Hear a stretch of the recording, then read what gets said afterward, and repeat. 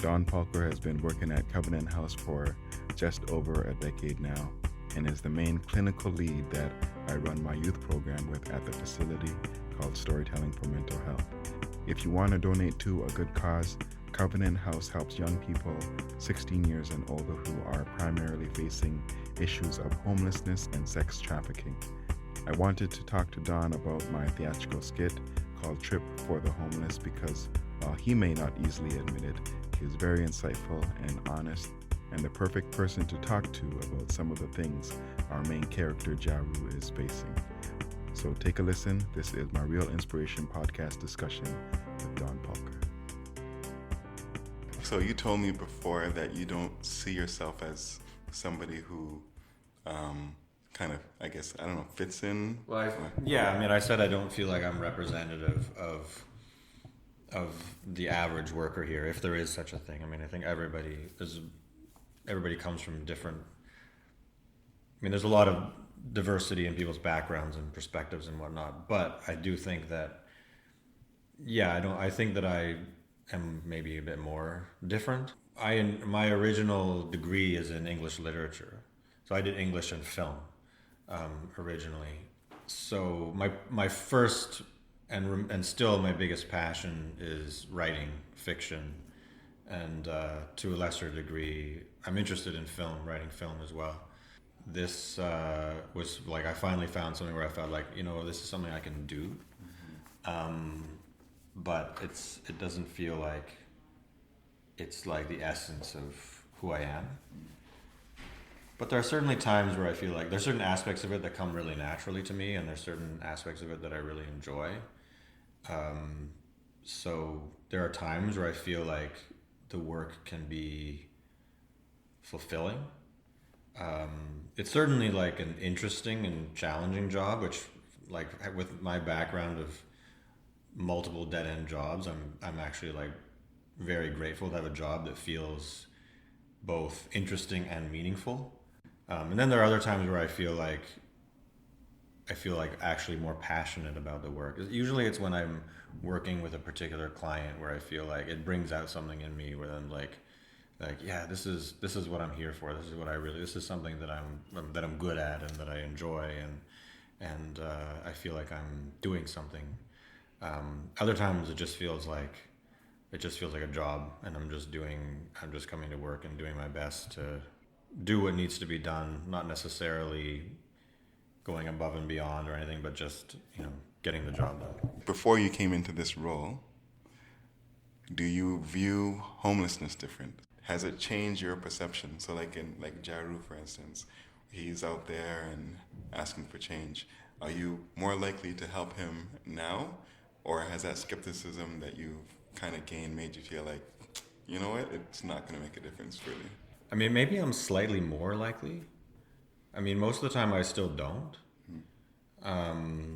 But once in a while I do. And when I do, I like to give. I'd rather once in a while give more than regularly give a little bit of change. So usually, like, when I do, I'll give like $5 or something. Yeah, I mean, part of me, honestly, when I pass panhandlers, part of me feels like I'm already doing enough. I mean, I'm in a field where I'm working on this issue like all day, every day, and I almost feel like I'm exempt or excused. But on the other hand, I definitely make exceptions, and there are certain people, like sometimes certain people just kind of like there's something about them that just cries out to you in some way, and those people I do, and when I do give them something, I like to give them more. But you also asked about like whether my perception of homelessness had changed, and certainly like compared to before I got into this work, it's changed radically. I mean, because I think before this, my perception of homelessness was strictly based on the homeless people that you see in the street, people who are quote unquote street people who are panhandling. The majority of our residents don't panhandle. You don't see them on the street. You wouldn't know that they're homeless. You wouldn't know that they're living in a shelter. They just because they look just like anybody else. So my understanding is it's just very broadened. You know, in addition to those very heavily street involved youth, who are usually you know, physically dirty and using a lot of substances and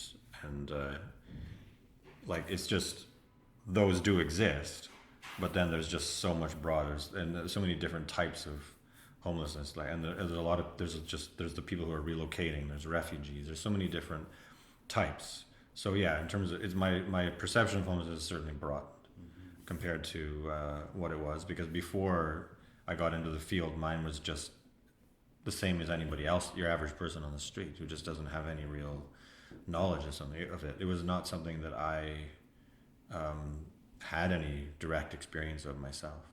Now that you have that, like that insight, how does it affect you, I guess, on a personal level, if you yourself aren't feeling up to even helping people? Now, where we all have that every day. Sometimes it's like, oh, you know, I'm not really in the mood. But do you now see? I definitely have those days. Yeah. So do you see people now who are homeless or down and feel like put aside your own feelings? Like, do you ever find yourself burnt out trying to help people more than yourself, you think? Oh yeah, I feel burned out a lot. I would say I struggle with burnout on a regular basis. There are different levels of burnout, and there are times where you're just fully burned out and you need to take some time off and you need to recharge. And then there's kind of like a smaller scale burnout where you just kind of like, oh, this week has been too much and I just feel really burned out and I need to somehow like, you know, recharge over the weekend, maybe take one extra day off or something. But I feel like that smaller scale burnout I experience all the time.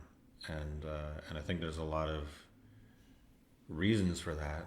And I think, and a lot of it does have to do with the kind of dysfunction of the agency and the field itself, where you just feel like you're up against a lot of unnecessary challenges in addition to the actual challenges, that the fundamental challenges that the youth are facing. To stop you from being able to do your, because this is one of those jobs where it's like front line, where people need you to be strong.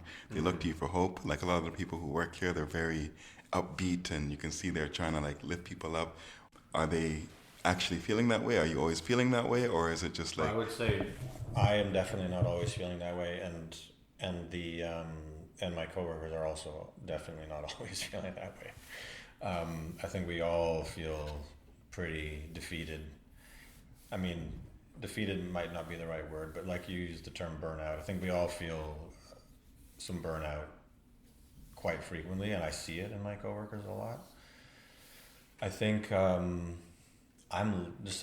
lucky, but there's something about my nature that makes me lucky, because and maybe somehow these two things are connected, but like I'm actually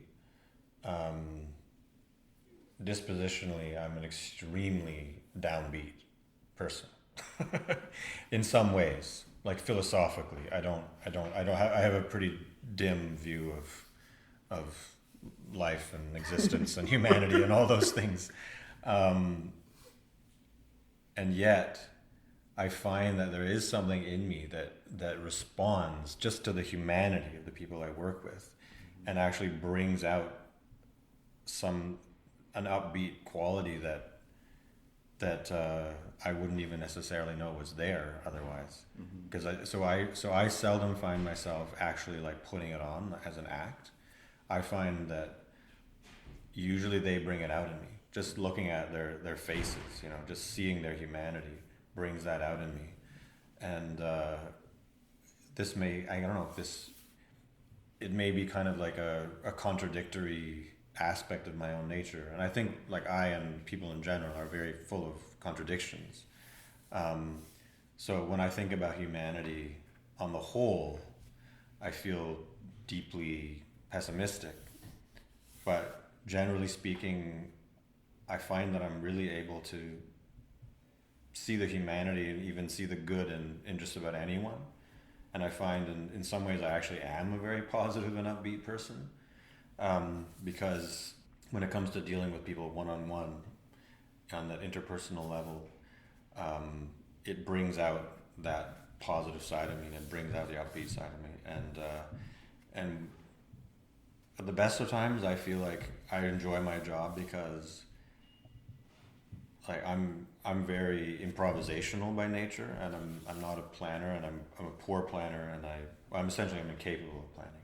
As you've probably noticed, even like today when you came in, I was just like, "What? You're here? What day of the week is it? I don't know what's going on." But at the best of times, I feel like my job is I just come to work and I'm just doing improv the whole time, and I'm just joking around with the youth, and I'm joking around with my coworkers, and have a great time. And it's actually fun, and it's not. I mean, a lot of times people think like it must be so bleak, and like it must be so hard, and it's like, I mean, that side of it is there, but it's not just kind of in your face the whole time. A lot of the time, you're just kind of being human together, and there aren't that many jobs where that is essentially your job. Your job is essentially to just be human with other humans, and I feel like I'm very lucky to have that job, because there aren't many jobs that I think I'm suited for. So I'm very lucky to have found something like that, where I can be, as screwed up as I am, as depressed as I might be, but still feel like I have the opportunity to do something that comes naturally to me, and is, like I said, is enjoyable and fulfilling and feels meaningful, etc. Is the public clear as to how to help? No, I don't think anybody is. I don't think we're clear here, and I don't think anybody is clear. I don't think anybody really knows. I mean, maybe there are some people who know, but then there's not like some kind of collective wisdom that we can turn to and say, like, these are the people who know, and we should just follow what they're going to do. I may have coworkers who really know how to help and really know what people need, but how they work is not necessarily reflected by the policies. So, and one of the reasons why I feel one of the things that makes me cynical is the fact that we provide so much that we actually reduce, in many cases, we reduce the motivation of the young people to want to get their lives on track, get their own place, gain independence, become self-sufficient. We actually potentially undermine and negate that motivation that they need, simply because we give them everything. And in some way, and a lot of them end up just wanting to stay here rather than face the real world, so to speak. Because here, they get their meals provided for them. They've got a bed, they've got a roof over their head, they've got, staff do their laundry for them. They don't have to do their own dishes. So they kind of get used to that. And increasingly there's kind of a sense of entitlement, and people don't seem to feel like they should have to work for the necessities of life. We seem to be teaching them that everything should just be handed to them. And that actually I find makes me feel more hopeless and cynical than anything else. But I don't think that anybody who's living on the street is content. I mean, I think when they're faced with cold and rain and whatnot, I can't imagine that anybody wouldn't be thinking like, oh, I wish that I had a place where I could live. I mean, but I think there are people who maybe all of the options seem wrong to them. All of the options seem like there's something negative about. So they end up kind of just defaulting to that because they hate being in shelters. They don't want, or they can't handle, working for a boss. So all of the options just seem equally unappealing. So they're kind of they end up in that position because it's the one that doesn't require them to take steps, like, you know, get a wardrobe so they can go out for job interviews and put a resume together and apply for housing and all this stuff. It's they kind of just stay there because it's like, well, everything is bad. All the options are bad, so I'm just gonna stick with the one I know. Yeah. What is the one maybe piece of advice you might say for people to have their life turned around from being in the situation? So is it money, or is it, what is going to really, from your perception, because you said the policies might be off, personally might be cynical sometimes, but what is it, what would you say if it was going to work, what do you think would need to happen to get out of a situation where they are struggling or where they're homeless? What would they need most? Well, motivation. Just find what motivates you. I don't think I have an answer to that question other than motivation. If you don't feel motivated to, you know, find the steps that need to be taken to change your life, then focus on figuring out why you don't feel motivated and what would motivate you.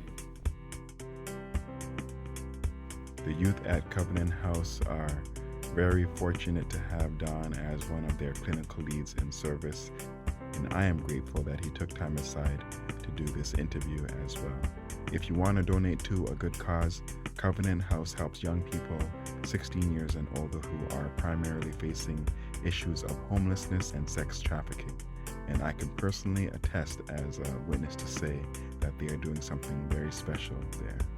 If you are interested to watch the theatrical skit we were talking about today called Trip for the Homeless, which features the talented Fode Bangora, you can buy my multimedia book too at www.akoa.com. You can also listen and follow this podcast, Real Inspiration, anywhere you listen to your podcasts.